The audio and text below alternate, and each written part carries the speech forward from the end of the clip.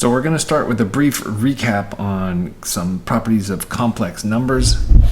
Most of this was discussed back in sections 1.A.2 and 1.A.3, but we've got a couple of other things that didn't get discussed then. So let's see. So just to start with, for a complex number z equal to a plus bi, we say a is the real part of z and b is the imaginary part of z. So it's like the coordinate of z in the imaginary direction. So note that this sort of paradoxically means that the imaginary part of z is a real number. Because notice it does not include the I itself, it's just the coefficient of the I. And so it's actually worth noting that this set 1 comma I is linearly independent. And since C is the numbers, all the numbers of the form A plus BI, then we actually have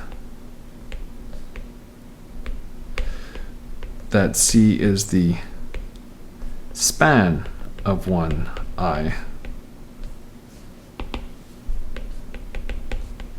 So 1 and I is a basis for C. So let's see. So we have, now that we've developed some of this language, I can say a little bit more precisely. C is isomorphic to R2 as vector spaces, right? So in terms of vector spaces, they're the same thing, just with different terminology, right? And so the isomorphism is just A plus BI gets mapped to A comma B, right? That's the isomorphism. An isomorphism, sort of the natural isomorphism. What makes C different from R2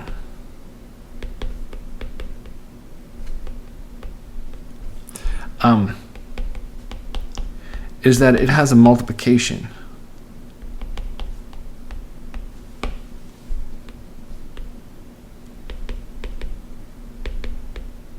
There's a way to multiply elements of C together. There's no sensible way anyway to multiply elements of R2 together to get another element of R2.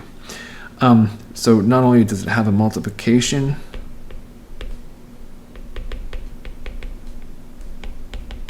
but this multiplication makes C into a field.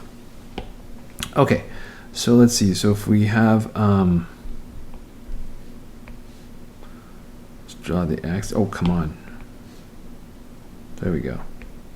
Okay, so if we have some axes, and I pick some point here and say, okay, so this is my point Z. So if Z is equal to A plus BI, then the picture here is that this is A, and this is B, and we can talk about, so this vector right here, this one, the length of it is the modulus, or absolute value,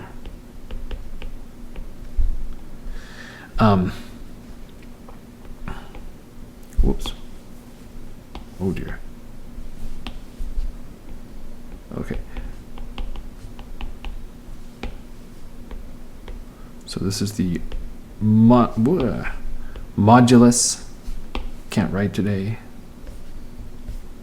modulus, or absolute value,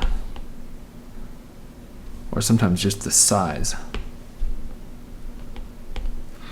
And then we also have, if we look at minus b down here, we have the this point, which is z bar, the conjugate. So this is just where we've negated the imaginary component.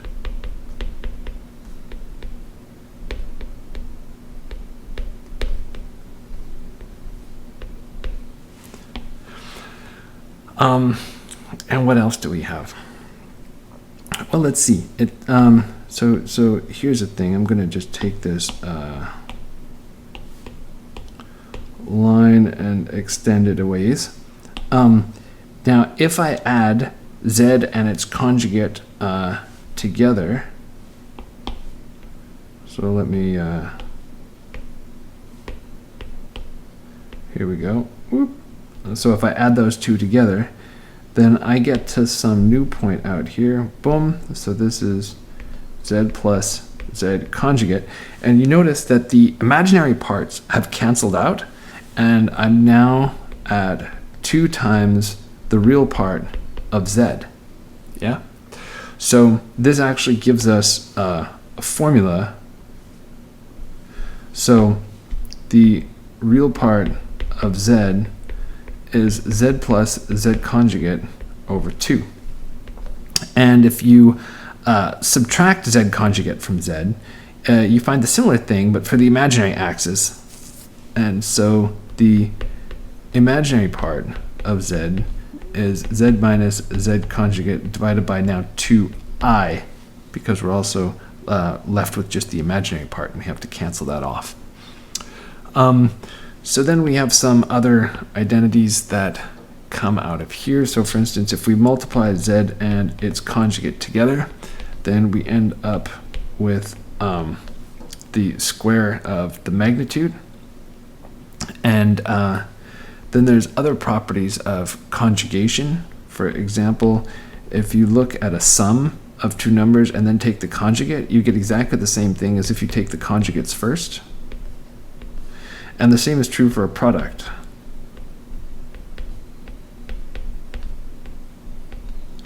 You can take the conjugate before or after evaluating it. And we also have, if you look at the magnitude, z plus w, its modulus, is less than or equal to the modulus of z plus the modulus of w. And this is called the triangle inequality.